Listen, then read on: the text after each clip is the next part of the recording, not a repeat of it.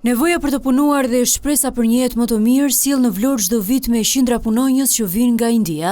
Ata punojnë kryesisht në fabrikat e fasonerisë me kontrata 2 vjeçare pune ku përfshihet akomodimi dhe ushqimi. Indianët që gjen sot në Vlorë tregojnë se krahas punës kanë mbetur të mrekulluar edhe me qytetin si dhe me mikpritjen. My name is Abdulalim. Emri im është Abdulahim. Pak ditë më parë kam ardhur në Shqipëri për të punuar në një fabrikë këpucësh. Vlora duket një qytet i mirë dhe jam i lumtur. Unë kam një kontratë dhe do të punoj këtu për 2 vite. Këtu paguhem mirë, është pagë e mirë dhe jam i lumtur. Puna është e mirë, më pëlqejnë njerëzit në Vlorë. Ushqimi dhe akomodimi për ne janë falas. Emri im është Nazmullah Shan. Unë vi nga Kalkuta, Indis. Vi nga qyteti Nën Terezës.